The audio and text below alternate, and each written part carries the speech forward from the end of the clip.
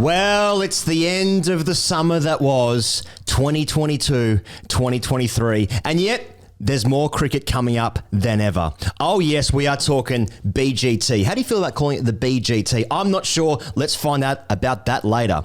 India, Australia, the first test, Nagpur, around the corner. Hey, the bucket on Your Bonce League has wrapped up, and what a fucking game that was, especially the 19-year-old Cooper Connolly. That's raw, that's sex. Also, Ashton Turner, is he good? England, South Africa. Hey, we're going to also tell you how many Chandapals Gary Balance has seen score centuries against him. The Women's World Cup is around the corner. The Women's IPL also around the corner. That's before we get into hashtag AskTGC. This episode is brought to you by our dear, dear patrons.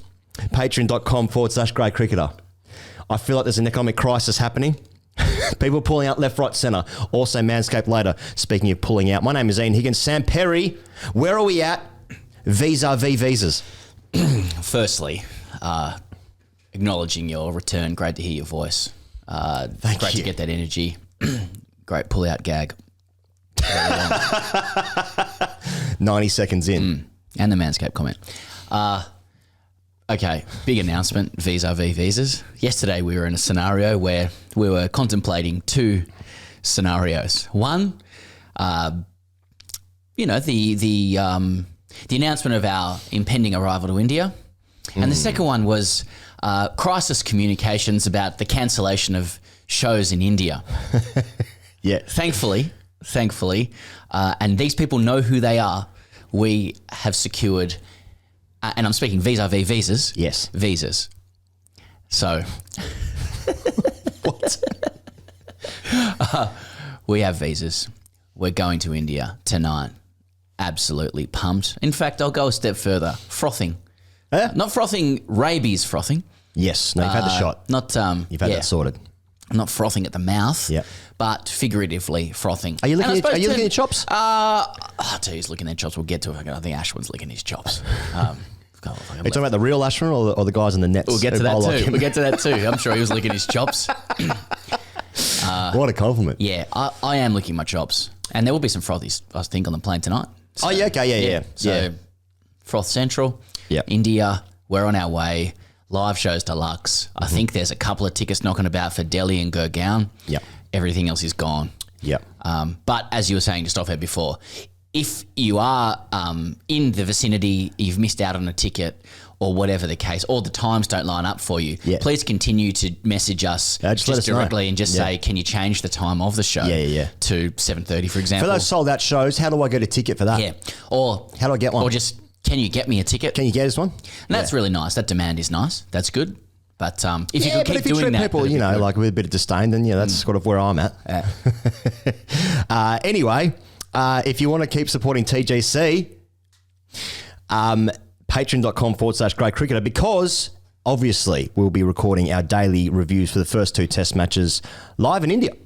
We'll be doing those from India. So you get all the daily reviews exclusively on Patreon, and of course, hashtag AskTGC Fridays, where some cock stuff did return, and where the top comment on Instagram last night was, I just unfollowed.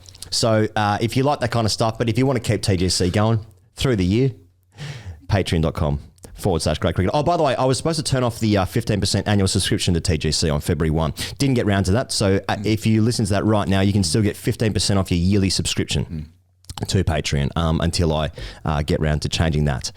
So just bleeding money. Get round to it. Yeah. Yeah. So it's a couple of things going on. And it's a big task. Yeah, So that's right. Okay, so India and Australia are going to play a test series apparently. That's interesting. I think it's a 4-test series this time round. First time in 6 years. The first one's in Nagpur. Hey, Steve Smith said that winning in India is bigger than the Ashes. That's a bigger call than Cummins just called it era defining if you win a series in India. But Smith says it's bigger than the Ashes. I'm kind of inclined to agree. I'm more than inclined to agree. I want to kick off Border Gavaskar Trophy fucking hype now, because I'm starting to feel something in my loins about this shit. Yeah. For the reasons that Smith has put forward, which is it's the hardest one to win for Australians. It's the hardest test in cricket.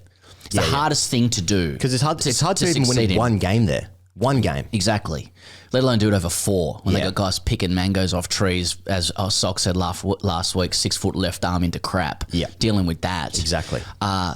Cummins has said it's era defining. These guys, they're in their 30s now, the Aussies. They're not boys anymore. This ain't homework gate. Homework gate was a prelude to this. This is all building to now.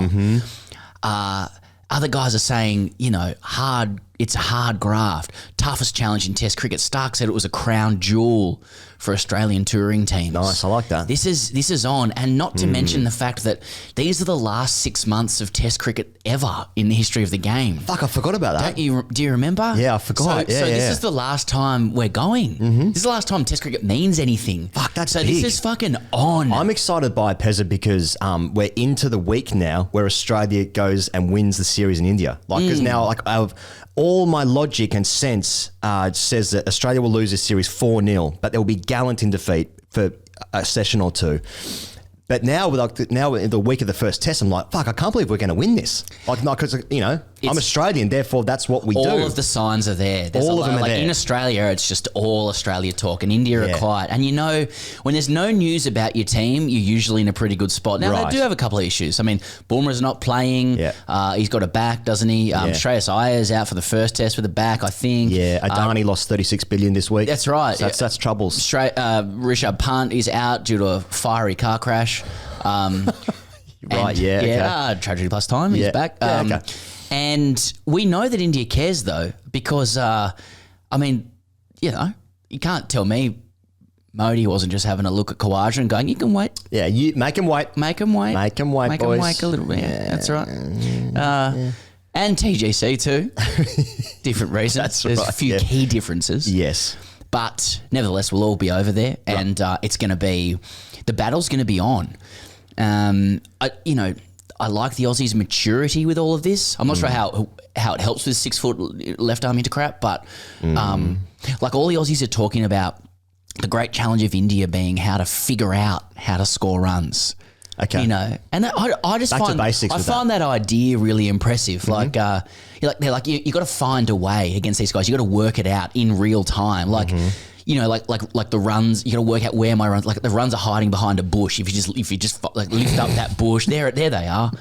Like just pull back that tree. Like when I played, I'm sure it was the same with you. Like I didn't figure out how to score runs or find runs. Like I watched the bowler's face when he's coming into bowl, and I made shapes that I thought looked like the shapes I saw on TV. Yes. I moved the wood to the ball, Yes. and if the ball happened to strike that wood and go into a gap, of which I was in sort of negligible control of, then I scored runs. Like I just did the movement. Yeah, for me, me figuring out my runs was often linked to some sort of spurious superstitions reason. Like the night before, I only had 7, rum and cokes. Yes. Oh, that morning I had a strawberry milk instead of a chocolate milk. That's called religion. It's just I walked on the field with my left foot first, like that, and then anytime I scored, so you were worshipping in 20 some way. Yes, you of were going course. through rituals. I was going through rituals. Who was a guy that I play with in fours. Brand and rituals.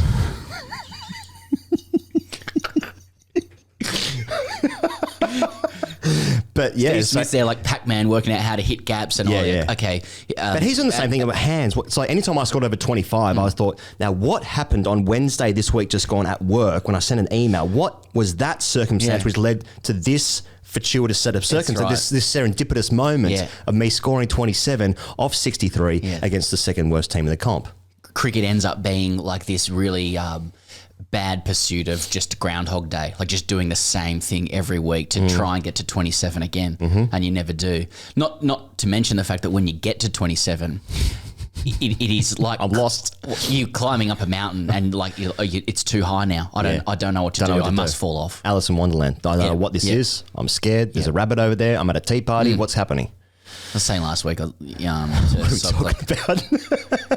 our old coach used to say, how many balls does it take to score 100? 1. No, it doesn't. You know? Fuck no. Big boundaries.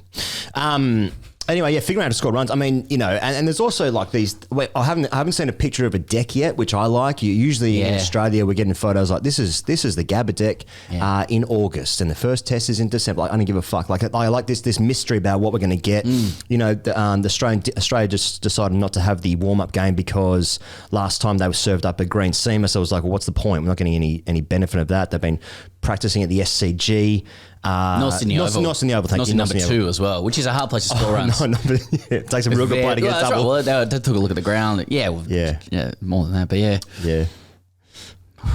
Can't do it anyway. So, you know, there's so much mystique. And also the mystique. Scarified wicket, by the way. They scarified it. Okay. I'm more of I would say scarified. Is that my... Yeah, I've heard that too. Okay. Yeah, tomato. You know, there's also this idea, Pez, we were actually talking about it maybe yesterday about, you know, like when we think about just to compare the Border Gavaskar Trophy to the Ashes. I mean, these are the two great rivalries now in Test cricket for an Australian side, the Ashes and the Border Gavaskar Trophy. And, you know, with the Ashes, I'm getting images of Bradman in the 40s. You know, I'm getting some Benno stuff. I'm getting some David Lloyd. Like I've got 40s, like maybe 30s, 40s, 50s, 60s, 70s, 80s, 90s, current day footage. So I've got this whole like a resonance with all like time and great players and different stadia. You've got a library. I've got a library of information. I've got a library. Now with Border Gavaskar Trophy, I've literally got 2001. That was the first time I'd ever seen cricket in India, and just because that was the first time I'd been broadcast right to Australia. The whole series, and then what that series ended up becoming was amazing. Now like it's still I'm still figuring, and they have so many stadiums over there, and like in that series they played in Mumbai, Chennai, and I want to say Calcutta. I think it was. Now, I think since then, they've actually never played Australia in those same grounds. So, like, you know, for the Ashes or even the Australian series, you get the same 5, 6, 7 grounds, broadly speaking. This time I'm getting different stadiums every time. So it's like, and I've got no idea what these wickets mean. Yeah. You know, the names are hard to say. That obviously scares me from xenophobia reasons. And like the crowds act so differently. They're just fucking yelling. It's hot. They tend to like it. They tend to like cricket. That kind of scares me. Why is no one at the bar watching the game? Why are there no bars? So all of that is exciting from a viewing perspective, and also, I mean, it's like these games are basically like on Perth time, really. I mean that's so perfect time. 5.5 hours behind the eastern states of Australia. You're watching the last session. It's like 10-ish, 10:30 at night. I mean that's fucking beautiful. Yeah. Beautiful to watch Australia get absolutely rissoled and get really angry about why our guys can't play spin and why the wickets are unfair. I think I'm a little bit more bullish than you. The thing is, you can't win online as well because, like you mentioned, see no pictures of decks, and that's right. But I did see, I think it was Wasim Jaffer tweet after this news emerged that the Aussies had unleashed a secret weapon for the India tour. Oh God! Which was the Ashwin impersonator, the doppelganger. Yeah. Fuck, that's good. It's so good, isn't it? Yeah. And Wasim Jaffer tweeted, first test is 5 days away and Ashwin is already inside Australia's head. And then Harbhajan quote tweeted that, which is firstly alphaing. A quote tweet is an alpha because you're already on top like the Brady Bunch looking down on that tweet. Yeah. And he just had a picture of a deck and he said, this is the main thing they have in their head. And I was like, is Harbhajan getting behind Australia? Yeah, like is Harbhajan sort of backing our boys because that's coming full circle for the Turbinator. That's right. And he's his name on Twitter as well, Harbhajan Turbinator. Yeah. So I have, and I don't know what, maybe that was North Sydney number 2 he's taken a picture of there as well. I like the idea. Now, you've seen footage of this guy bowling. Yeah. Whatever his name is. I mean, it is quite similar. I got his name, Mahesh Pithia, but his name's Ashwin. Right. Yeah.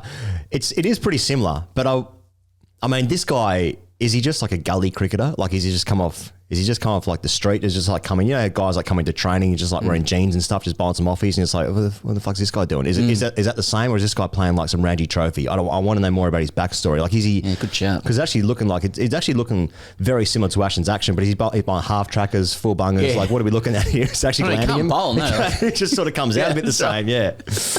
Yeah. Here's Ashwin's ODI jersey. I've always been really I've always admired people that could do impressions really well. people. Right, okay. We talk about Jason Crozier a lot on this podcast. For various for reasons. Very different reasons, because nobody... Actually, just one reason. He ain't impersonating anyone in that department. He doesn't need to. He stands alone. That's but a he renegade. did a really good... He could do an incredible impression of Andy Caddick. He could running his into bowling action. His bowling Yes, action right, just looked okay. like Andy Caddick. And being an elite professional cricketer, even when he bowled seam up, it's kind of wheels. You know what I mean? Oh, yeah, okay, yeah. Which again, you're sort of a bit envious of. Yep. But yeah, how... It is funny that it's I think the Aussie coaches got wind of this guy via Instagram video. So and I'm hoping there's a little bit of EDM underneath that as well. Of course, with some highlights. yes. Like a transfer target for Sevilla. But I can't seem to get any information about this guy's statistics and if he can actually bowl cricket balls. I remember as a kid, just impersonating everyone in to my our team from the 90s. I remember impersonating Slater, had that little trigger movement. Yeah. David Byrne had a very similar thing. Ian Healy, he used to roll the wrists a little bit before hitting the ball. Yes, yeah. I used to do all that kind of stuff in the backyard. Then I turned 8 and I was like, this is a bit too much for me. But I remember actually, Djokovic. I used to wear my baggy green out on Saturday nights or just to sports events to impersonate the team. I used to wear full whites to the insane asylum. Do you remember when Djokovic first came onto the scene and he used to impersonate all the players? He did Sharapova. He might have done a bit of Serena Williams maybe as well. Did Pete Sampras. A serve is good to impersonate as well. Everyone's got a little tick there. Yeah, yeah. Oh yeah. Tennis is Tick City. Tick Town would have been better. Anyway.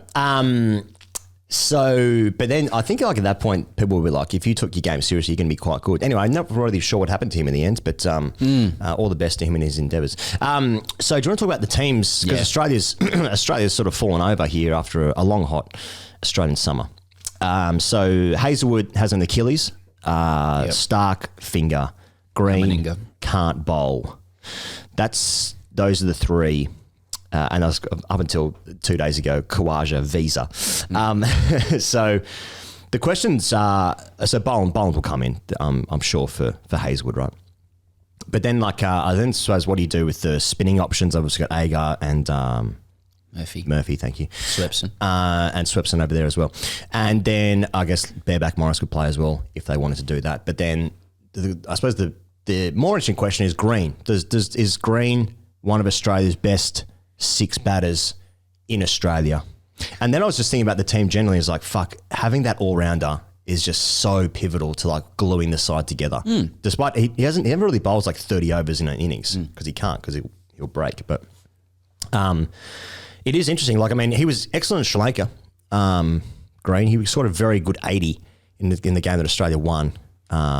So he did do well. But is he Australia's best bat in India? One of Australia's best 6 bats in India, Green? I don't know. Yeah, I think those selection issues, they're the correct ones. So the locks are Khawaja, Warner, Labuschagne, Smith. Head will get the crack, though his last performance in Asia in Test wasn't great. He's obviously gone so well in the summer that they're going to they're going to, I suppose, hope or encourage that continued improvement. I think Head's a lock for at least the first Test. Yeah. Yes. And then 6 is Green /Hanscom /Renshaw. Yes. So they've got that decision there, and I like the language they're using around Green. Is do you play him as a pure bat? Oh, and that is a word that I associate with Cam Green a lot. The purity of it. Yes. For now, until we just watch a bit of bamboozling, and I think there's a lot of guys who are going to not look so pure after a few tests. Yeah. And then so that question over the 6 is I've sort of trying to read through what the considerations are in the press, which therefore will be the ones that are happening in the team as well. So Green, there's a lot of talk about balancing out the right-handers and the left-handers. Oh, yeah. So they've already, if they go with Renshaw, who is the incumbent at 6 based on the last game. That's true. And opened quite well in India in 2017. Yes. Plus has grown since then. Yes. That would be 5 left-handers out of 7. Yeah. Of the top 7. And so now Ashwin's licking his chops. Oh, they've got Ashwin. That's right. Yeah. That's right. Ravi Chandra Ashwin. He's quite good, isn't he? Pete Hanscom is also did well right-hander. in India. Okay, who's a right-hander. He's got 100 in Asia, I think. Yeah, he's got some runs there. Yeah, some fast runs. feet. And he also got some runs 3 months ago in the Shield. Yeah, that's right. That's right. Yeah, yeah. So not discounting that. And he's right-handed, so Ashwin can't get him out. Cameron Green has never played Test cricket in India, but he's Cameron Green. And you know, when you think about Australians do well in India, like I look at Green and I'm like, people are like, well, he's got a big stride. And I'm like, so maybe he's so big he can just get to every ball on the full. Yeah, or LBW's out of the equation because he passes the 3 metre mark down the wicket. Yeah. It's that big. I can't get out. It's too far down. I don't know. So there's that. Green. Also, Hanscom is under the lid in close. Very good under the lid. Have seen him bat in a floppy as well in Asia. So, and he had a towel on his neck once because he ran a couple of threes. So that looks good. Cameron Green, mitts, gully. Does that mean anything? I mean, I've definitely seen a lot of balls go through between third slip and gully to the boundary in India. I feel like I watched that 1,000 times. I'm pretty sure Sehwag scored 7,000 runs through there. That's right. So I like each selection for the novelty, to be honest. I want to see what Cameron Green can do as a pure bat. Here's something to think about because I've said it. Mm-hmm. And it hasn't been said. When Travis Head, when it doesn't work out, do they would then want to, if they don't pick Green this test match and they go with, let's say, Hanscom, and then let's say Travis Head goes 0-7 and it looks like this ain't going to work out, Hitty. Do they then change the batting lineup again? Now you've got 2 guys who aren't sort of like in our conventional top 6. You just can't. But then can't make selections based on what happens if someone else fails. Yeah, I know. But then I'm also thinking about in the last series, Moses was one of the best batters that we had over there. And he averaged 50 over there in the last series in 2017. He also bowls too. That's the other thing. Yeah. But this is the interesting one for me, man. They'll be desperate for Head to come good. Yeah, come good. Yeah. I think he'll go hard too. He might sort of Bazball it. I'm backing Hetty. Because he's fun. I like him. Yeah, because he's a really nice guy. He's been really nice to us. Yeah. No, I think the interesting one is what they do with the bowlers now that Hazelwood's out. So Hazelwood and Stark, massive misses because according to fucking enormous. According to Andrew McDonald, per Jeff Lawson's article a couple of days ago, I think they had planned on going with attacking with pace, basically, dusting up the ball, getting it to go reverse. Nathan Lyon holding nicely, leading the quick rest. Yeah, Andy and Bickle. Michael Kasrovitz coming into play. Well, I'm going to come to that in a second because catching wickets. There's one person I think who should be available selection. I think he's technically not able to do it, but he's with the team, and I think he'd solve all the problems, and that's Dan Vittori. He scored Test match hundreds. He's scored 100. He can offer with the bat. He's our best left arm spinner in that squad. That's right. God, it must be depressing. But the issue is they've only got 3 fit quicks in the squad now: Cummins, Boland, and Bareback. Yes. And Bareback's barely played any cricket. He's not. He's in the Big Bash. Yeah, isn't he? they didn't take him. Is that a miss? Interesting. But Bareback isn't used to bowling like 20 overs a day, 30 overs a day. That's just a Jimmy Jack issue waiting to happen. Oh yeah. So if you just go Cummins and Boland, then you're bound to pick 3 spinners. Well, that's what I was saying. Thinking about Green, not having Green be able to bowl. I mean, that's just like that's right. The makeup of the side is enormous. But that means you are playing. They seem to be very tied to playing finger spinners. Like India barely even bowl Kuldeep Yadav at home, who bowls wrist spin. So you'd be looking at Cummins, Boland, and then like Agar, Lyon, and Murphy. So that's 2 quicks, 3 spinners. And if they don't go with 3 spinners, that's Bareback getting his debut. Good point. So one of Murphy or Lance Morris is going to play, which is novel and good. And I'm backing. I mean, because Swepson won't play. I don't think they're going to pick a wrist spinner. No. But I could be wrong. Like he played over, and I think he would do a good job. But I think... I don't have it in front of me. I wonder how Swepson... Because he played the A Tour a couple of years ago when they went over there. Swepson was in the... I can't remember how he went. But you're looking at Murphy or Morris playing. Yeah. So... I guess it really just it is down to the wicket. It really is down to the wicket. And Morris will come in for his 15th over and it'll be at 138. Like, what's wrong with this bloke? I'm just because remember when England went over there in 2021, maybe? Yeah. 2 years ago now. And then India picked 3 spinners. In fact, they might have picked 7 spinners. And England went with 4 quicks. 4 quicks. Ahmedabad, And yes, they went with 4 quicks. Pink ball test match, and Axar Patel took 17 for. And looked unplayable. It is interesting. But I mean, it's just down to the wicket. I got no idea what Nagpur does. I mean, and it's also like, the right left-hand bat stuff. It's like, what about who's just hitting them well? Who's in form? Yeah, I think that the batting lineup will be. I think there will be the batting line will be. Green will play. You think they'll pick Green if he comes up because it's green and it's pure? Because it's green and it's pure. And then the bowlers is just fuck. Good backup though. To be fair to them. Now, I think with do you want to go about India's side?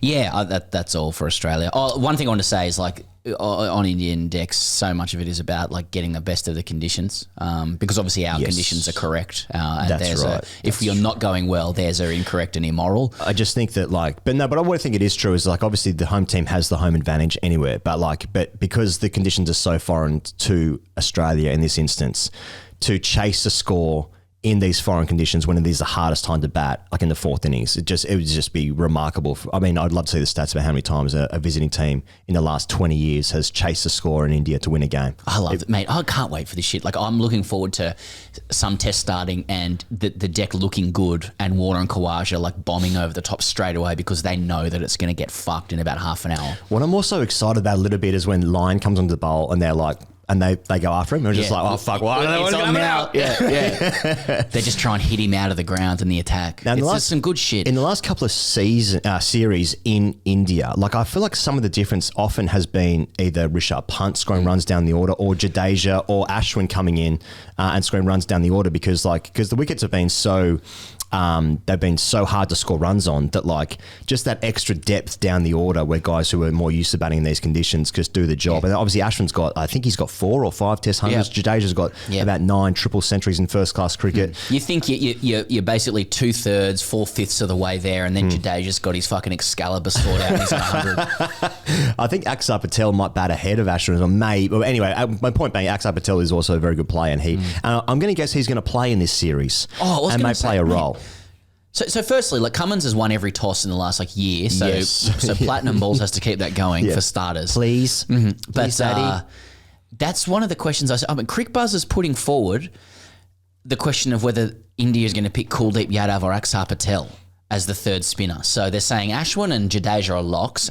Hard to disagree with that. Yeah. And then they're pulling out stats saying that Australia may have 5 out of 7 left-handers in the top 7 and Kuldeep's record to left-handers is better than Axar Patel's. Okay. Like is Axar Patel nullified if there's a lot of left-handed bats? I'd say somewhat, but I mean that they are absolutely kidding themselves if they pick Kuldeep ahead of Axar Patel. Yeah. Who averages 9 in India. And I doubt they are kidding themselves, but someone at Crickbuzz is. I like it. So I like as well that what's his name? Jadeja obviously missed the World Cup because he hurt his knee, maybe knees plural, in the Asia Cup beforehand, and then he's been out. He was interviewed before, maybe sometime this week, and he said he didn't see the sun for 5 months because he was just training indoors. He was doing gym stuff, and then he comes out for the first game, the Ranji Trophy, and takes 7 for. So he's back. So he'll play. He's good. But one thing India don't have is Shreyas Iyer, who is out. But what they do have is Shubman Gill, who became the youngest player for India ever. Is that right? To score 100 in every format. Right. He scored 126. Is that Equinox? That's still good. In 50 balls in the T20 recently. So I wonder if he'll come into the middle order. He may do. But I also just wonder about, makes him better looking. That's true. I've seen a lot of comments about from Indians, maybe a little bit like wary about where their team is at. They're obviously second in the World Test Championship, but it hasn't been smooth running basically ever since they won at the Gabba. We've spoken on this show before about they've had a number of weird results and a lot of losses, a lot of lost series, not necessarily in red ball cricket per se, especially at home, but they seem there's a thought that they might be vulnerable because I don't know. It's a big test of Rohit. It's his first big series as captain. There is that, I suppose. KL Rahul, I presume, will open the batting with him. And then they got Pujara 3, Kohli 4.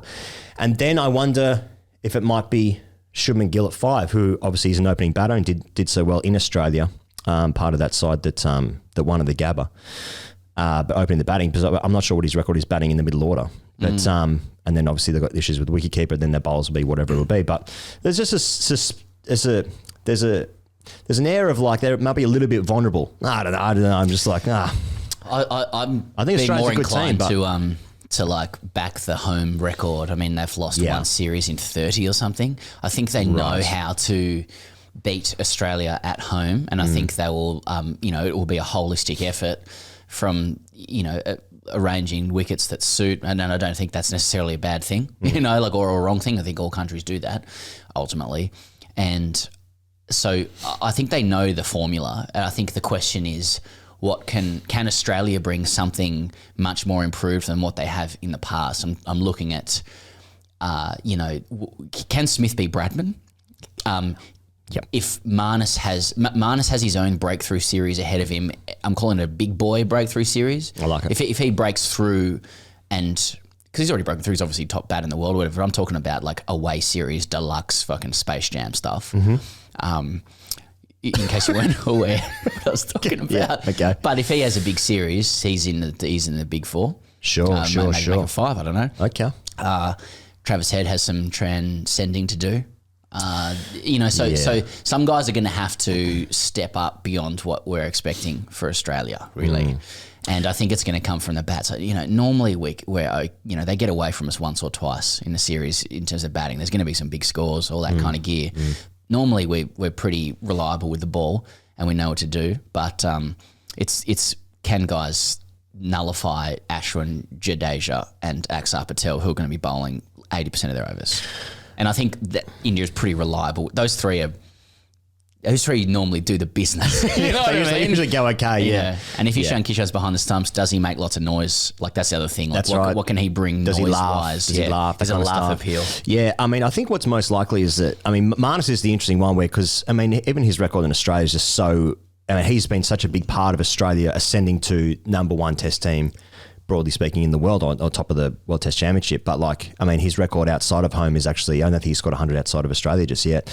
And then Khawaja does has the best record. I think it's more likely that Khawaja scores some runs. Travis said, I don't see you it. have fears. I got some fears. But what's an interesting one is for the lid. Dave Warner's record is not good, but he's an all-time great and he's opening the batting. But he scored runs for Sunrisers as well. So yeah, if he maybe goes out in the orange lid. He doesn't play for them anymore. We'll bring one over. Yeah, we'll bring one over. It's a child one. That's right. Anyway, I suppose it's all about to start. Fuck, it's only. That's in fucking 2 days, man. 2 days. Jesus Christ. We better go there. We should actually get over there. We better get going. Because that night we're doing our first show in Bengaluru. Yeah. So, we should get round to writing some jokes for that as well. Anyway, so I'm looking forward to seeing some people over there, shaking some hands, kissing some babies, that kind of stuff. But first test, Nagpur, Thursday. TGC. Over there in India. Jesus Christ. I'm pumped. It's going to be great. Unbelievable. Obviously, as I said earlier, all the dailies, the daily reviews, which will be on YouTube, but if you just want the exclusive audio, if you just listen to TGC through the years, you can get that at patreon.com/Great Cricketer. Hey, the Big Bash finished the other night, Pez, and it was a fucking belter in more ways than one. So Brisbane Heat made 7 for 175 and Perth chased them 5 down with 4 balls to spare. Cooper Connolly, 19-year-old, playing his 4th Big Bash game, I think it was. He hit 25 off 11 to win it after Ashton Turner hit 51 off 20-something to get them right back in the game, into the box seat. Then he was run out, and then you thought, fuck, Brisbane are going to absolutely cruise it. Not cruise it, but then Brisbane were right in the front seat. And then Cooper Connolly and Hobson at the end then. The accountant, Nick Hobson. Fucking smashed it, and it was an amazing finish. But what was even more amazing is that it was a record crowd for a cricket match at Optus Stadium. 53,000 people there on Sunday night.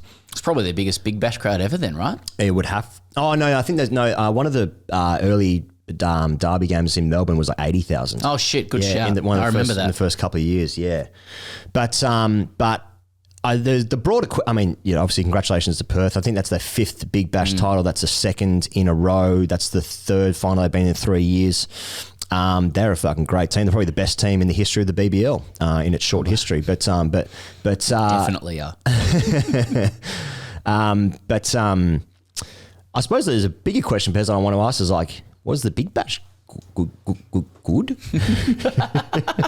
Was it good? It definitely improved this year. It was a great finish. People liked it again. 53,000 people, man. 53,000 and a fucking barnstorming finish, home crowd. Like the 19-year-old comes in and... Did 53,000 people go to the West Indies Test match this year over 4 days? I don't think they did.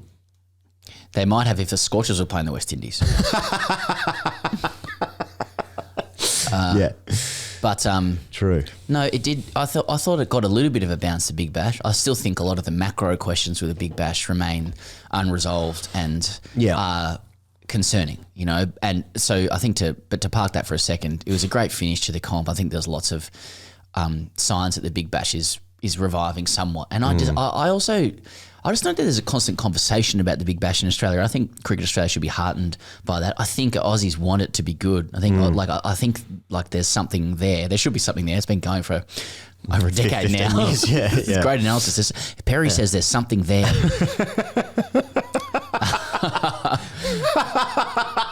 That's a good headline. And you know, if one thing I was talking to someone else off air about this as well recently, but like one thing that's interesting thinking about the Perth Scorchers is that they wear orange.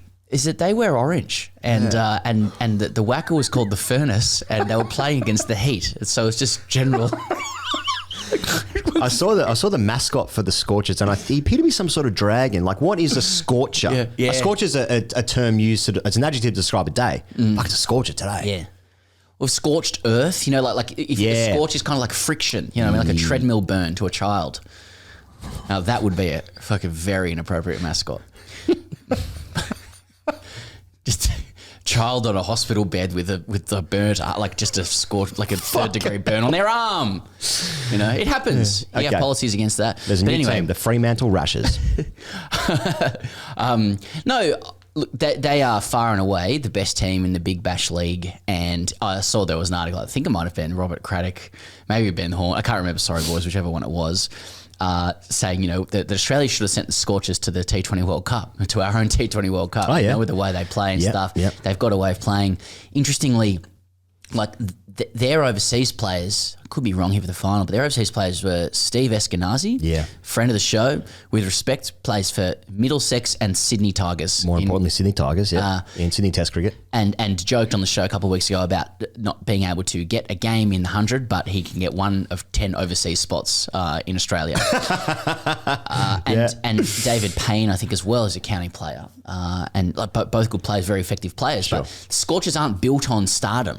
Really, you know, they're built on the depth of their players. You know, like you talk to players off air about the BBL, and it's a lot of it is concerns about the standard. Yeah, a couple of good guys knocking about at the top, and then it falls off a cliff.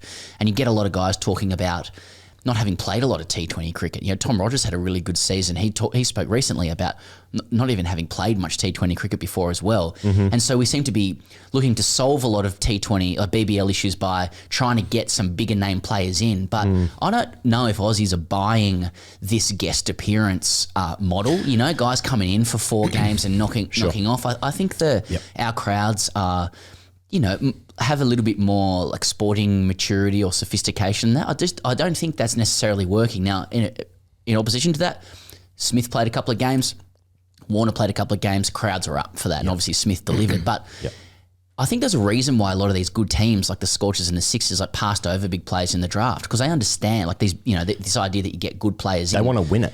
Well, because they understand that though you get them in and you might get a superficial bump in crowds or numbers or whatever, you've then got a hole to fill after that as well. I mean, look at the Sixers. They lost Smith's run. Someone has to come in and step into that. They've obviously done it before, but someone who hasn't been playing that, you know, in that role for, you know, 3 or 4 games has to come in and do that. And so I wonder whether we're going about it incorrectly insofar as thinking that, if we get higher caliber players in for 4 games, 5 games, we're going to raise the standard of the comp. That investment should be more in lifting up that second tier of player, you know, to create a more Perth Scorchers type team. It's an interesting question. Built on depth. Yeah. First of all, I think Faf is going to be absolutely storming back into the country for the celebrations. Faf is an obvious exception to this. Welcome whenever he likes. Yeah, that's right. But he probably would have to take a few games off from the SA20 or wherever he's playing, maybe in the UAE. I think he's dominating that as well. Yeah, well, I mean, he'd be a few games off though to celebrate the Scorchers. One of the great achievements in his career. He did an Instagram story about it, so obviously. There you go. There you go. Job done. It's a digital circuit. You know, it was interesting, mate. After Steve Smith scored his first 100 for the Sixers, and then he did it the following night, right? But the first night he did it, I was in an Uber the next day, and the radio was on, and there was a sports report, and they were talking about, obviously, you know, someone ran really quickly around the tan for the AFL or whatever, a couple of trades, and then they were just talking about, they said, and Steve Smith became the first Sydney Sixers player to score 100 in last night's game against whoever they played. That was in the report. In coughs, yeah. That was in the report. Didn't say who won the game, where it was, what the scores were, any of that. It just said Steve Smith had done. You know, and that's interesting because it's like he's obviously one of the, if not the most famous cricketer in Australia. So it's like, so in that regard, it's celebrity / player driven. You know. So people are interested in that. Oh, look, when I was thinking about the final, I was like, the final. Cooper Connolly, Ashwin. You immediately go to the big players. So you're right. It is player-driven. And that's how US sports work as well, But then it's also, so when people come in for 2, 3, 8 minutes at a time, I've got no emotional investment in this guy because he's fucking, I mean, like, my feeling of it is it's a fucking waste of time. It's bullshit. Like, I think it's how can I support a team when a guy who's going to play for 3 minutes here and then he goes to a different country, plays in the same broadly the same competition somewhere else. I mean, it's ridiculous. Yeah. But like, so can I get on board with following the same 11, 12, 15 players and follow those guys' journey who are actually going to be there for the full season? I mean, that to me makes more sense. But the opposite argument to that is, Steve Smith plays a few games, numbers are up, he's making the news report, doesn't matter what happened in the game. Yeah. But he scored. So I think you've got to acknowledge the complexity of it. It's the macro issues are so vexed, and I'm sure BBL bosses, CA bosses would say, like, don't let perfect be the enemy of good. I mean, like what we're asking for is we want our best players to be available for the whole season. That is, it's a really complicated question in terms of what's happening with the global schedule and the influx of money into Indian cricket. You know, that when you would talk about the SA20 league and the IL20, whatever you fucking call it these days. We're not talking about those comps in and of themselves. They're owned by, they've got, you know, Indian owners. Yeah? There are players opting for those contracts to be aligned with the owners of Delhi, the owners of Mumbai, etc. And that's concerning for the BBL when you have, you know, Chris Lynn, stalwart of the BBL, great service. Leading run score when he left, I think. He was on the top 2. You leave, you know, if a great player in a team like leaves for another competition halfway through, you are inclined to think this is not a serious competition. Yes. You know, Marcus Stoinis, same thing. Now, granted, his team didn't make the semis, right? Right. I don't know if he was hanging around or not. Genuinely, I don't know. But off to another competition as well. Whether it's those guys or not, it doesn't matter. They're just an example. When you have players who are opting to go to other competitions while yours is still on, it undermines the integrity of that competition. Yes. And so the question is, how do you make this competition so incentivized that players stay for the season? Now, one thing they're doing is shortening it to 10 games, so that it's not in the way of those other competitions. But the other more scary option is, do you just accept that Indian money will overpower our money eventually and let them buy into it as they want to? You know, it's a very frightening thought, because now you're compromising the integrity of the Australian cricketing summer if you're not even in ownership of it. So it's kind of hard. Yeah, but no, you're right. It is tacit admission that the other league is more important.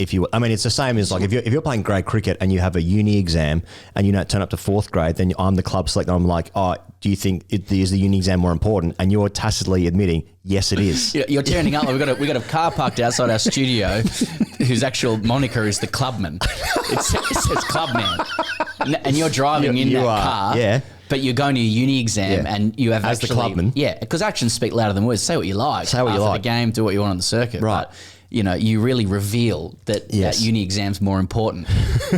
I actually wondered, just watching that game on Sunday night and the crowd and like the energy and all of, I wonder if it was a turning point for the Big Bash in some capacity. Now, like, I feel like there was great momentum before COVID, and then what happened with the Women's World Cup especially, and you know, 80,000 people watching that final against India at the MCG, and then obviously COVID happened, there was no crowds and it just fucking decimated, and there's the rights holders be like, this is shit and whatever.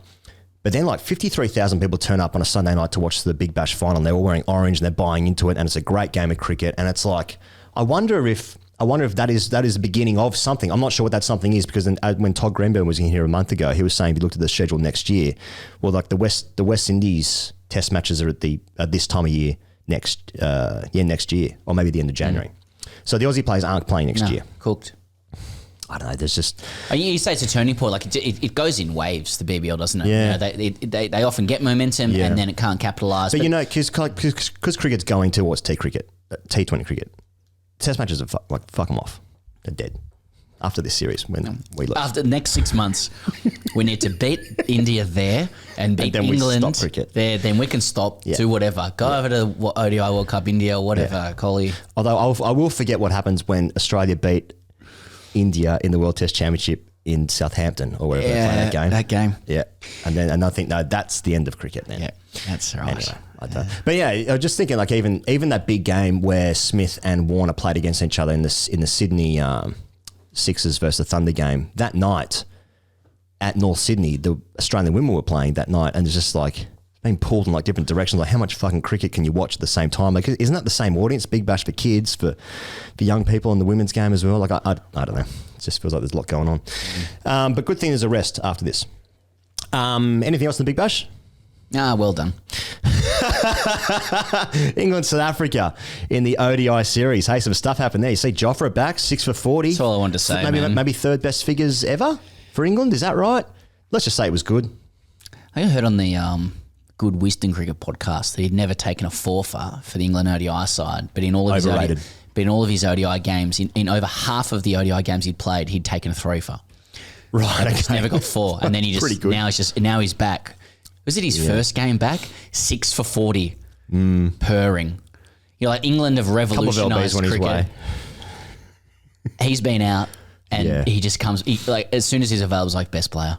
He's the best. They are England is fucking. I mean, even their guys who can't get into the 100 of their best players in the Big Bash here. They've got so much depth at the moment. Yeah. You see, when Bavuma scored 100, that might have been the first game. Yeah. And then Sam Curran gave him a massive send-off. It didn't really fit in. And I saw Josh Butler having a chirp to, was it Rassie? Okay. Van der Dussen? Good.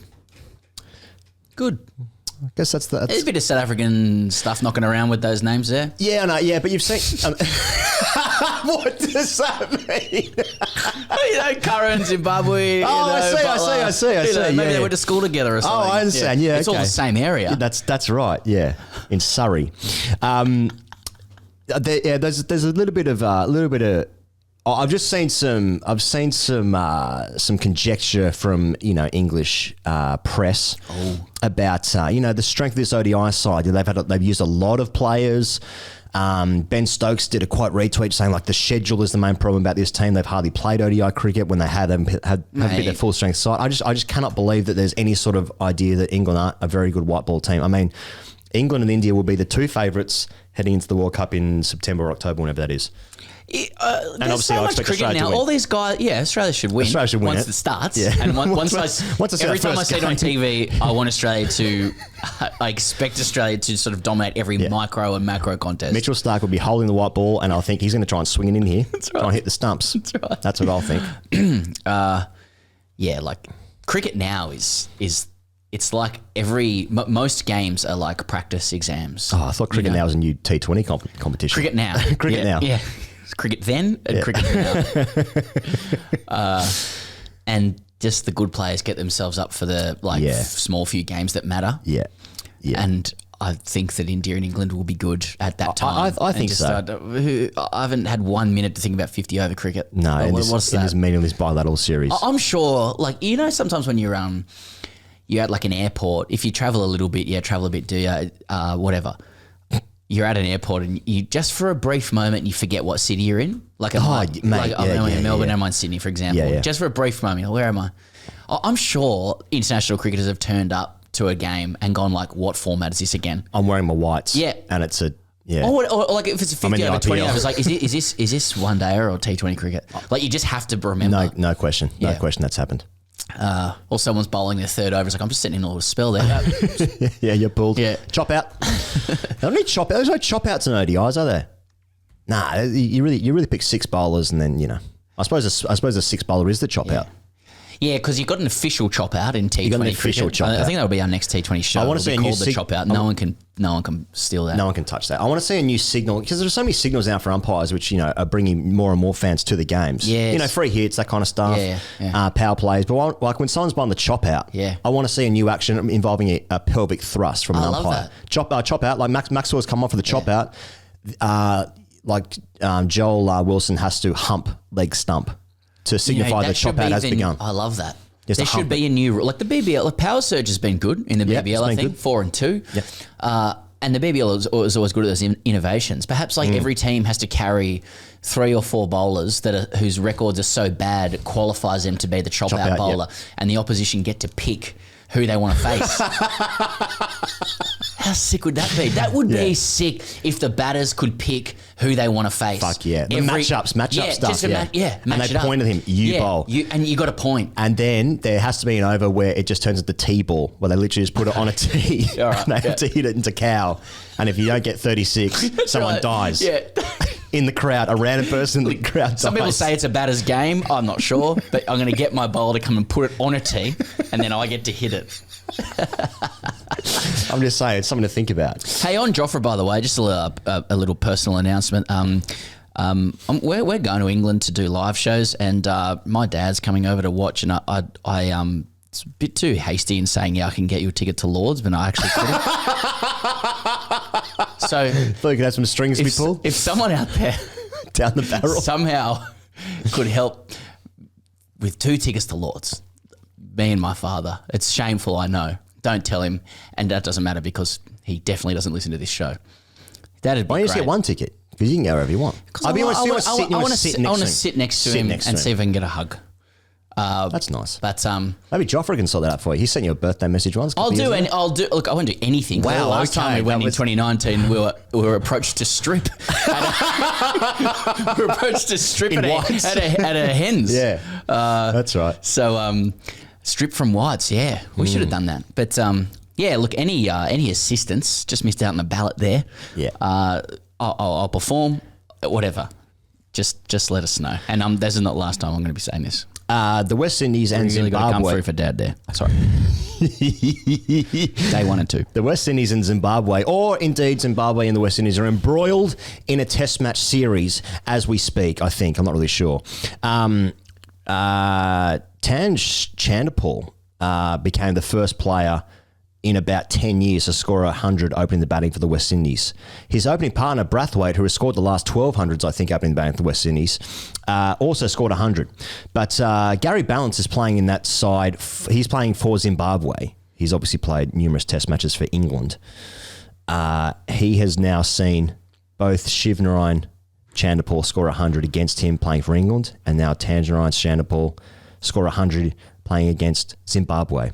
Okay. There's some symmetry there. It's a little bit equinoxy, but it's just kind of weird and unique, isn't it? But that's England and the colonial past and whatnot. I have nothing else to add to that series. I wasn't. But I do have something to announce that I've just seen on Fox Sports or on we Twitter. We will be touring Zimbabwe this year to Harare and another country, another city. I'm going to stop talking. Aaron Finch has called time on his glittering international cricket career. It's just emerged. So he held a press conference 28 minutes ago. I think we only got a media advisory about it just earlier this morning, I think. Yeah, so, I saw that, so was it international cricket or just T20s?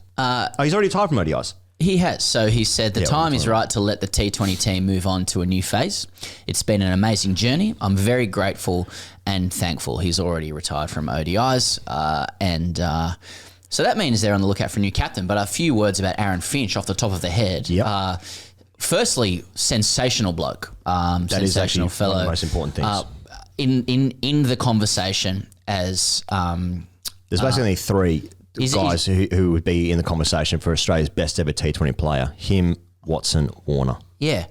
One of the most destructive white ball batters in the history of Australian cricket, and would belong in conversations, which we do have about all-time white ball sides. In round tables that we have. Yeah, that we have, around water coolers. Yep. But hell of a career. And what are we looking at there? We're looking at a 2015 World Cup, looking at a 2021 T20 World Cup. So he's has he got 2 there? Is that, am I missing anything there? No, played open the batting for Australia in test matches. Yeah. Done it all. So he's won Shields, he's played tests, that's all formats shit. Deeply respected bloke, funny, down to earth, always likes our posts. Yeah. He even liked the one that you posted yesterday about Cox. So you know he's a good bloke. You know he's a good bloke because there weren't a lot of blue ticks touching that. No, there weren't. I think Maxie liked it as well. Did it? Yeah. I think I do think it was the right time to go for Finch. I mean, in that last World Cup just gone, it just seemed apparent that like the entire team were just trying to give him the strike. So I just think that you can't center your attention too much around one banner like that. I think it's a credit to him ultimately that he was a guy of such, like there was such orders of magnitude of respect for him that they gave him every chance to play in that T20 tournament. Absolutely, and he's got a burner account on Twitter apparently. Oh, does he? Well, yeah, because the no.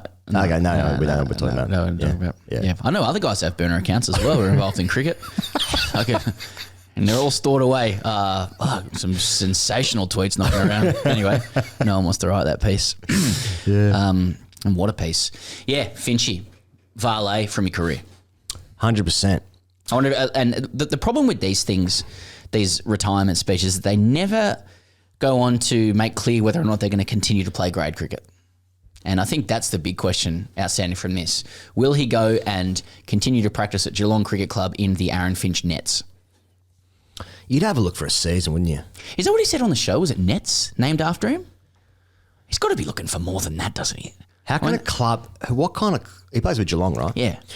So... He's the Australian captain. He needs more than nets. No, but what fucking club has nets, like the named nets? Well, they're obviously playing at the ground. Like, fuck, we've got to name something after him. They're just looking around going, how about the nets? But he'd prefer a bar over nets, well, wouldn't he? It's fucking Geelong and it's Melbourne. So the rest is probably named after, Polly Farmer or whatever. Good player. He's a good player. Story player.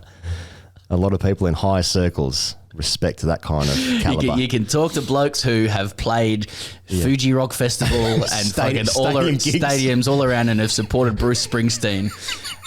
And nothing will get them more excited than talking about Graham Polly Farmer. Just goes to show. Exactly. Yeah. I hate jokes. Yeah. Hey, well done, Finchy. Well done, Finchy. What a legend. Hey, speaking of World Cups, of which Aaron Finch won 2 for this nation. He won 2 of them for us. The Women's World Cup starts in about 15 minutes. Now we're talking. And if they lose a fucking game, that's what I'm scared. I actually have fears that they won't keep winning forever. Now, that's the greatest of course compliment you can give a team is that now it's just fear. I'm only scared. Yeah. Like when in 2001. I can't even enjoy wins. It's like that's a given. That's like breathing. You know what annoys me? When it gets close. Like when they go to super overs or they have to win because of, find it annoying. Like conjecturous, like sort of. It means something's gone wrong. No ball calls. Like it's just, these standards are slipping. If someone's getting close to this team, I'm fucking pissed off. Yeah. Like when you wake up in the morning, you expect to be healthy, generally speaking, right? And rock hard. Yeah, that's right. Yeah. and when you're sick, that's the aberration. And it's and you appreciate what I was so nice when I didn't have a sore throat. Yeah. This is like that. I expect Australian women to win like I do to wake up without being sick. That's just normal. Yeah. And it's very annoying when you have to deal with ill health, as we might have to one day. One day, and that day make up. So they're in South Africa. Obviously, they absolutely smashed Pakistan in every game. Rightfully so. Numbers everywhere. They thrashed India in a warm up too. Perfect. Now that's what I like. And they were 8 for shit, and Georgia Wareham and Jess Jonathan 37 and 22 respectively got them up to 120. Knock them over 70 odd. Do you know what makes me happiest when I look at the Australian women's scorecard? You look at the bowling. You look at the bowling card for Australia, and like nine of our girls get a bowl. They get. I just love that. Like, see, if that chop out rule came in, easy. Fuck.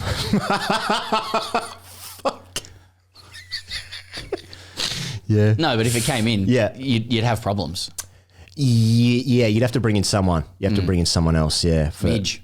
She can probably bowl. Yeah, Matt. Yeah, that's actually true. That's actually true. Then like Beth Mooney could take the gloves, for instance. Anyway, bang. The point is like this is the greatest team of all time, and rightfully so. And if they lose a game, then I'll be extremely upset, and I won't be talking about them anymore. But that starts in a couple of days. Is it starts in 3 days, Piers? Is that right? Yeah. A lot of reaction to the Dane van Niekerk story about failing the 2K time trial. A lot of people, a lot of blokes, a lot of fucking Steve Monaghettis in the comments say really poor fitness, etc. Sure. Yeah, it just seems to be the case in the comments. Australia's group that they're in Group A, and they are playing against, they've got Bangladesh, New Zealand, South Africa, and Sri Lanka. Now that is just absolutely, that's just going to be domination everywhere. And I want records. Yeah, you want records, and then Group B has England, India, Ireland, Pakistan, and the West Indies. So that's obviously good because England and India are the two other really strong nations in the women's format, and they have to play against each other. So that's something. The main thing, though, here goes. What's the main thing? Yeah. With the Women's World Cup is the WPL, the women's, quasi IPL auction is February 13. That's in 6 days. So a couple of teams are going to get 1 or 2 games in that motherfucking shop window. Get yourself in the shop window. Yeah. So the main game is the first game for each team. Because 100%. That is, if you look at Cameron Green, 1 or 2 knocks all against, it takes. 1 or 2 knocks against India. And that's why the Aussies will be spitting chips, so they don't have India in that first game. They had him in a warm-up. Yeah. They had him in a warm-up. But, I think like Megan Schutt has said it's not going to be a distraction for us. We've obviously spoken about it. I'd be talking about it during the game. All the players, like, I don't know if I'm going to watch the auction or anything like that, mate. Their eyes are wider than that fucking emoji. So, and you've got the teams that have got, so the franchises with teams are Delhi Capitals, Gujarat Giants, Lucknow Warriors, Mumbai Indians, and Royal Challengers Bangalore. Reports say close to 1,000 players around the world have registered to be part of the auction. Only 90 will get to play. That reminds me of the first season of the IPL as well. I think our first grade captain was in. I'm in this one. Yeah.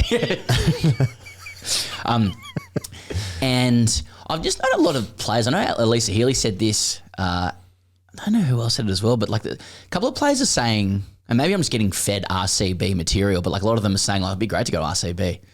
Oh, yeah, because Stark played, her husband, Mitch Stark, played for RCB when he used to play in the IPL. Or is it because of the RCB bar and cafe, which we've been to? Which is very nice. With Chef Manoj, that king prawn. That was nice, wasn't it? That was really nice. Yeah, and he was a really nice guy. Kind of gruff at the beginning, but at the end he's like, as you'd hope from a chef. Heart of gold in the end. Levels. Yeah. You want a few levels. You want a chef with stories. A glint in the eye, like, this guy could fuck me up. Yeah. But Jesus Christ, he's fucked me up with how good this prawn is. Fucking king prawn. That king prawn's not a metaphor, by the way. It's not a euphemism. I can still see He fucked me up with his king prawn. Now, there's a story.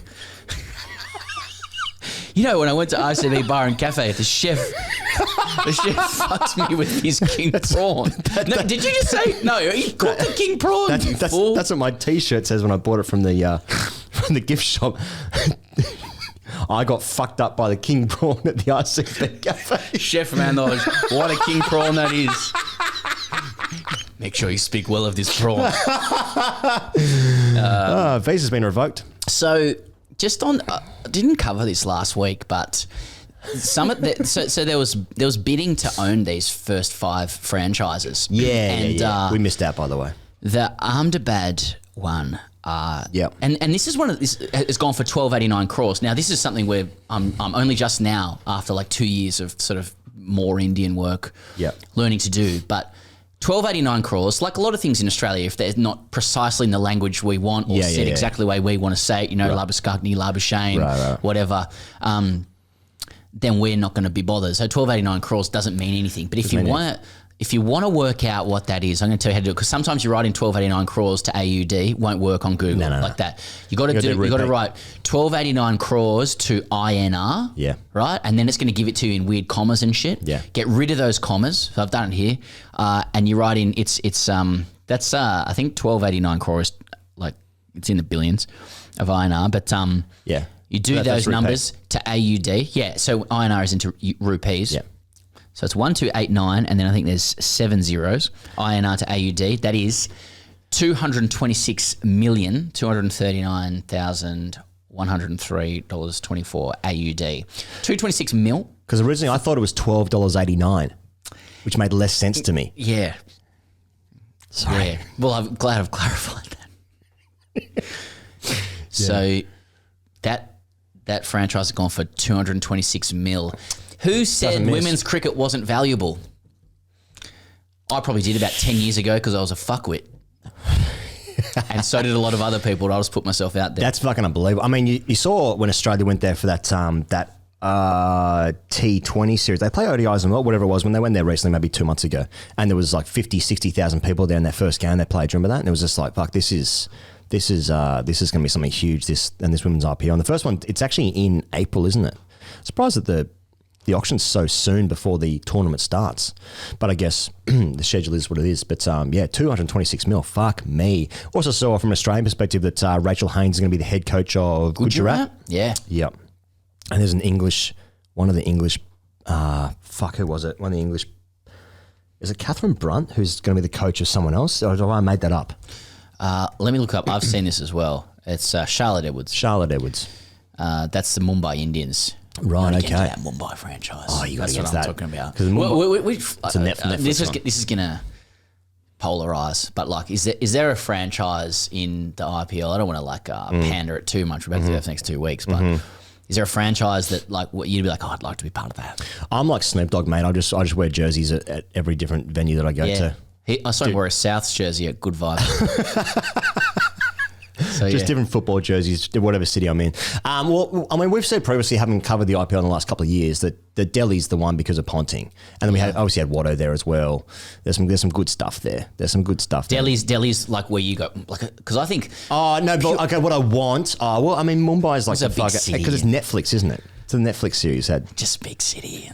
Yeah, it's a big city. I've never been, but good things. I think RCB would be good. South India, Kohli stuff, Faf, and there's something a bit crazy and off about it. Like you know, sure, it's going to be fun. The highs will be high, the lows will be low. Haven't won shit though. Never won it. I know, but serial failure. Yeah, but there's got a gold trimming on the jersey. Yeah, a bit of gold stuff. That's true. You got to factor that in.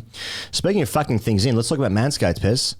We're actually away for Valentine's Day, which is a great shame, but we'll get to spend that time together along with our producer, Damon. Exactly. So that'll be nice. A little threesome on February 14 there. And we can all pack our Manscaped accoutrements. We can. So have your choice. Here goes. Do you want the Manscaped copy, Valentine's Day copy for male or female? I want it for male. Male. Okay. All right. That's nice. Keep it straight. Newsflash, gentlemen. Valentine's Day is almost here, and by the grace of Cupid, our friends at Manscaped TM are coming with the best tools to get your boys downstairs ready for the special occasion. Fuck yeah. I'd like to propose making February 13th National Shave Your Balls Day. It makes it sound like you're proposing it. It's the fucking weirdest thing I've ever heard. So I'm in India. Yeah. Calling up Tori on Valentine's Day. Look, I actually have a proposal. Yep. This is actually not Valentine's Day. It's National Shave Your Balls Day. Yeah. Who's with me? I tell you what, worse day than that, steak and blowjob day. Do you remember that? Remember that going around on Facebook maybe like 10, 15 years ago? I don't, man. Let me know in the comments. Algorithm stuff. No, okay. You gotta keep going. Steak and blowjob day. It sounds like some fucking Barstool Sports shit. Yeah. Some real fucking like toxic, some real toxic male shit with that. But yeah, it was like steak. Not me. Like I'm not for that. I'm just saying that's what it was. Do you remember back in the day when you used to like pages? Yeah, I do. On Facebook in like 2000 let's call it 7. 7 was at very early doors Facebook though, right? Like I don't even think Pages was out by 07. Yeah, maybe not. Yeah. Anyway, get lucky this Valentine V-Day and join the 7 million men worldwide, they're consistent with that, who trust Manscaped, the leaders in below-the-waist grooming. Mm-hmm. With our exclusive offer, go to manscaped.com and use the code TGC for 20% off plus free shipping. Now, I think the audience at this point understand that's not an exclusive offer. I think you can get that anywhere on Manscaped. You're actually financially illiterate if you don't get that offer. But still, a fucking idiot. Yeah. Okay, it just says host to talk about why fresh balls are so important on Valentine's Day. Do you want to do that or? Here is what I want to think about. So important. They're so important. You could do everything else correctly on Valentine's Day, but if your balls aren't fresh, then day ruined. Just recently, I've been singing jingles to LJ from the 90s. Yeah. And I don't know, maybe a jingle still like... Jingles will always be in, bro. Yeah, jingles. I got a mate who does them for his full-time job. Also, Charlie Sheen in 2.5 Men, that was his job. He was a jingle guy. Music composer. Yeah. So, like... Any examples of jingles, and can you sing them? Classic one for me is I Sing You a Song of the Sea, Bird's Eye Fish Fingers. Oh. I mean, we sing that around the office from time to time. I've got a story about that song. Anyway, go on. Yeah. I like Lube Mobile Will Come to You. That's 13, 13, 32. Yeah. LJ Hooker, You're the Best. Yeah. Nobody does it better. LJ Hooker, You're the Best. Yeah. That's good shit. What was another one? There's Bargains Galore at Your Spotlight Store. Yeah. Sleep, sleep, sleep, city, here we come. I'll sing that before I go to bed every night, where some people pray. And I just sing that. I hit the pillow and I'm out. I get down on my hands and knees, put my hands together, clutch them like this together. Sleep, sleep, sleep, sleep, here we come. Just I do about 7 or 8 You can change it to chop times. If you're about to have sex as well. Chop, chop. And that's why you should get Manscaped. Fuck yeah, happy to be back in bed with us. Yeah. Not going to be doing Manscaped as much into the future. But no, I like that. Can I ask, LJ is from Melbourne. Yeah. And if I was saying that. And do you sing any jingles that she doesn't recognise? And at that point, you're like, that was a fucking Sydney ad. No. She doesn't. She's 6 years younger than me. So like I'm singing songs from like the early night. I'm 86 and she was 92. So I'm singing songs that I heard when she would have been sort of like 2, 3, 4, 5. You know, so a little bit too young. Really? Whereas I remember them quite clearly. Like when I was singing Sleep, Sleep, Sleep City, Here We Come. Yeah. She was like, what the fuck was that? Yeah. And then she sings it back and she gets it wrong sometimes. And I'm like, that's not it. I'm just thinking. Do you have a jingle in your head? Well, only half, because I used to we used to tape shows, right? Like on VHS. Of course, yeah. And like Roe Belinda. I used to tape all of the North Sydney Bears games. Fuck yeah. So I could watch them back. Yeah. And then I would just, like, my dad at the time was going through a phase of trying to learn French via the SBS TV show French Open Learning, hosted by a guy who looked like Les Murray but wasn't. It's Gerard Depardieu. But let's say that person was Gerard Depardieu. Not to be confused with Gerard Deulofeu, who played right back for Everton for a time. Barcelona product, and right? Barcelona, yeah, that's right. Yeah. And so much to my chagrin, I would wake up in the morning to watch my Bears game, and all of a sudden there's fucking Gerard Depardieu. But... Did your dad carry on with it? Did he know? Well, he knows a bit of French, but like no bit of frog. Sorry. Yeah, he used to say like, no, you'll be able to get those. You'll be able to like watch those any time into the future. The Bears games. Little did we know that North Sydney would fuck themselves out of the competition. Yeah, so I don't have these games anymore. So you had finite time. Whereas the French language apparently still exists in some small parts of Canada. Yeah, that's right. But I remember one of the ads at the time in New South Wales was they were trying to get people to catch the train.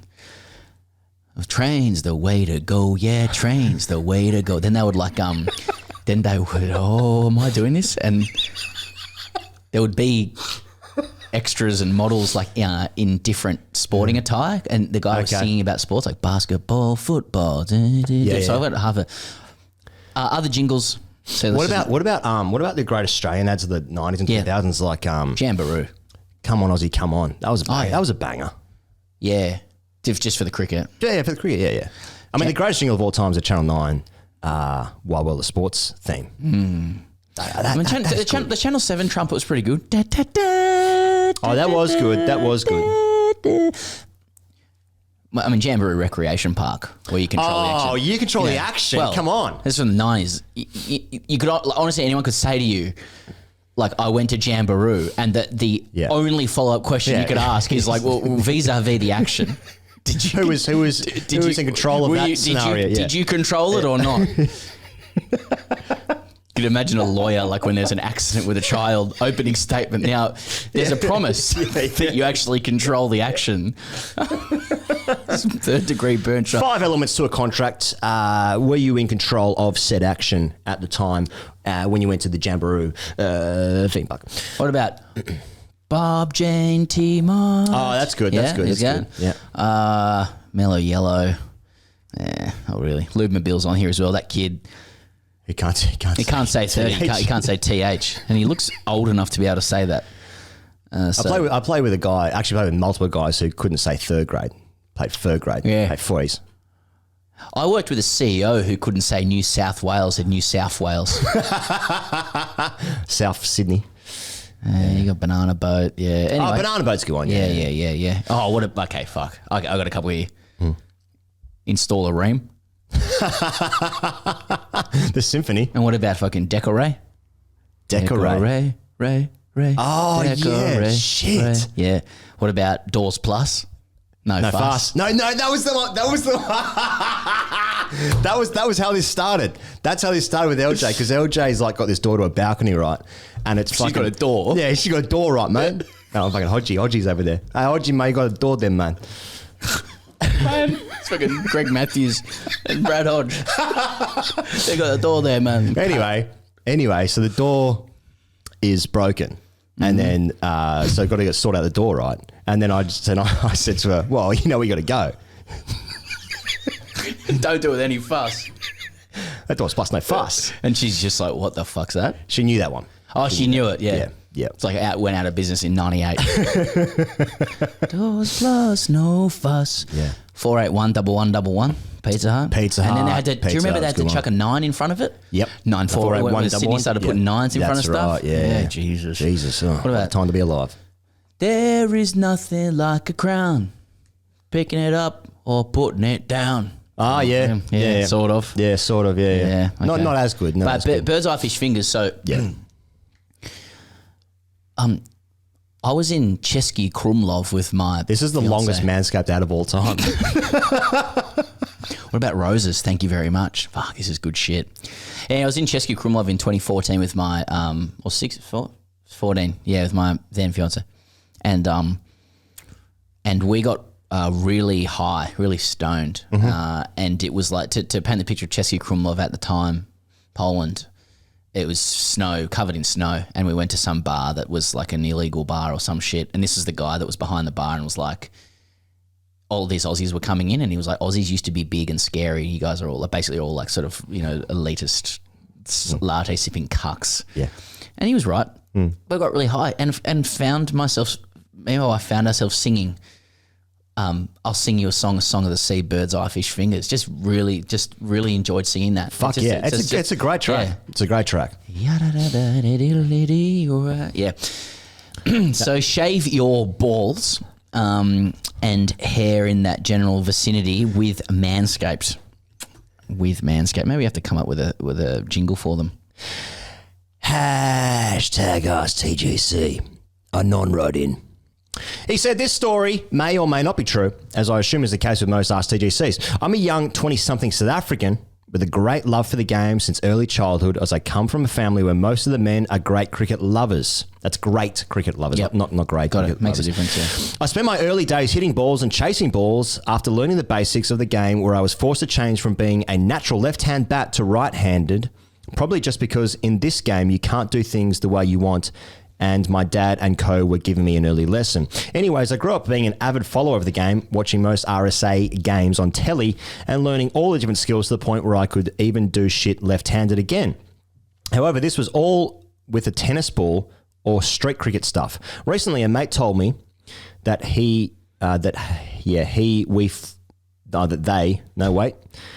that they formed a team playing in a Sunday league and you should come play for us. Despite knowing this was some wheelie bin park shit, my eyes lit up and I said I'd have a look after my upcoming examinations. Well, the time has come, boys, and I'm scared as shit. I have played some normal red, white, ball cricket in the past years with said mate to the extent where I haven't really embarrassed myself. However, I have yet been able to hit a lofted ball a significant distance or been able to bounce the ball higher than an arbitrary waist height. The latter probably due to the fact that the pitches were terrible and in some instances unrolled or even taken an in-game catch despite excelling at fielding practice. Oh, and I don't own any kit, let alone a white pants to complement my size 15 to 16 customary white golf shirt. My question is, do I go through with this farce and stand the risk of destroying my dreams and the illusions that I've created that I'm a decent cricketer? Thank you. It's a big theme, this one. Cowan was on the show 2 weeks ago. He played a last man stands game. Right. And there was 4 first grade premiership winning Sydney Uni players in the side, including him, who was an 18 test cricketer. He played for Australia. The Test 100 Yes. against Mornay Morkel and Dale Steyn. Yep. And he got out against a team called the Spider Monkeys. He was bowled for 0. Right. And I actually felt really good hearing that, because I think I don't even have any plans to play cricket again, other than the vague idea that I would be sad if I've already played my last game. I'd like to play again, but I've got no plans to do it. It's interesting. But I'm already afraid, without even having any plan to do it, about failing, which just says everything about me. But to know that Cowan, with a literal test match 100 opening the batting at the Gabba, Yes. to his name, can be dismissed for 0 against the Spider Monkeys.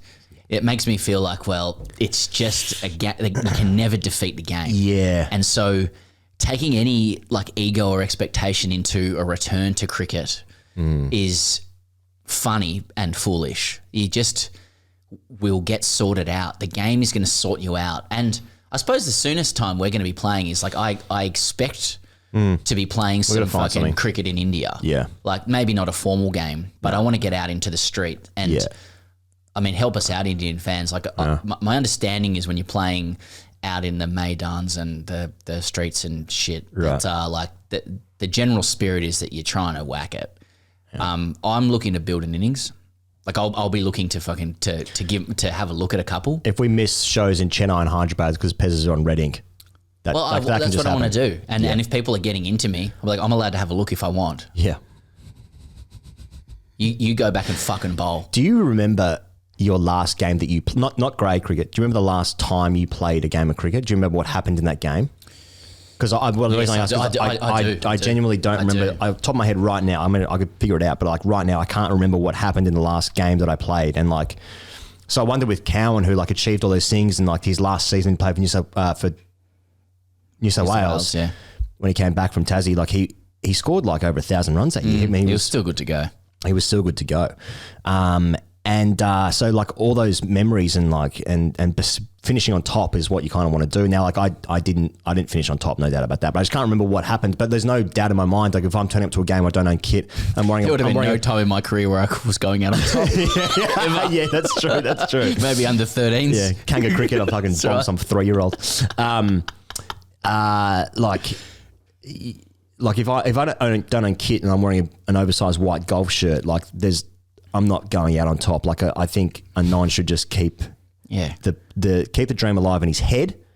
I think it's actually cause for therapy, really, to think you can turn up in an oversized size 15. I've never taken a catch. I've never bowled the ball above waist height. To writing going like, I'm afraid about what might happen. It's like, what's going to happen is you'll disgrace yourself. Yeah, you'll be embarrassed. Yeah, that if you're going to somehow impress yourself and others with skill, you are deluded in your life. Yeah, especially in South Africa. If he is in South Africa. Especially with those decks. I'm just thinking like, it's a brutal culture. I think they'll let you know. Yeah. I think they'll let you know if you're shit. Yeah. So, but yeah, if like, how do we play in India? Like I expected, every documentary you get is like some, white guy going out and they only edit in the good shots they play. Well, I'm going to be scared to use my feet because there's going to be like a 4-year-old who's just going to be chucking him down there. And I'll be calling for chucking as well. I'm going to change my name to Daryl Hare when I'm over there. And I'll use my feet and I'll just get done by a doosra and I'll fucking throw my bat. Just like a 4-year-old bowling doosras at you. Yeah. And I'll be like, what the fuck is this shit? And they'll be laughing and I'll be laughing and I'm thinking, just you wait. Yeah. I'm not sure of what for, but there'll be some revenge. Yeah. I want to, unironically, build an innings with emotionlessly. Just be dead behind the eyes. Don't blink for a day and a half. Just get in and stay in. Upset a few people. Something to think about. Hey, we'll be in India in 1 day's time. Thanks as ever for tuning in for TGC. Hey, if you want to get behind TGC and support TGC and listen to all our stuff while we're in India, ahead of obviously this series against India, we'll be supporting the other team, I suppose. Then the IPL ahead of that, then the Ashes, and then of course the 50 over World Cup, all to come this year on Patreon. So if you want to get round us there. Thanks as ever for joining us though this week. We'll see you guys on the internet next time. Cheers.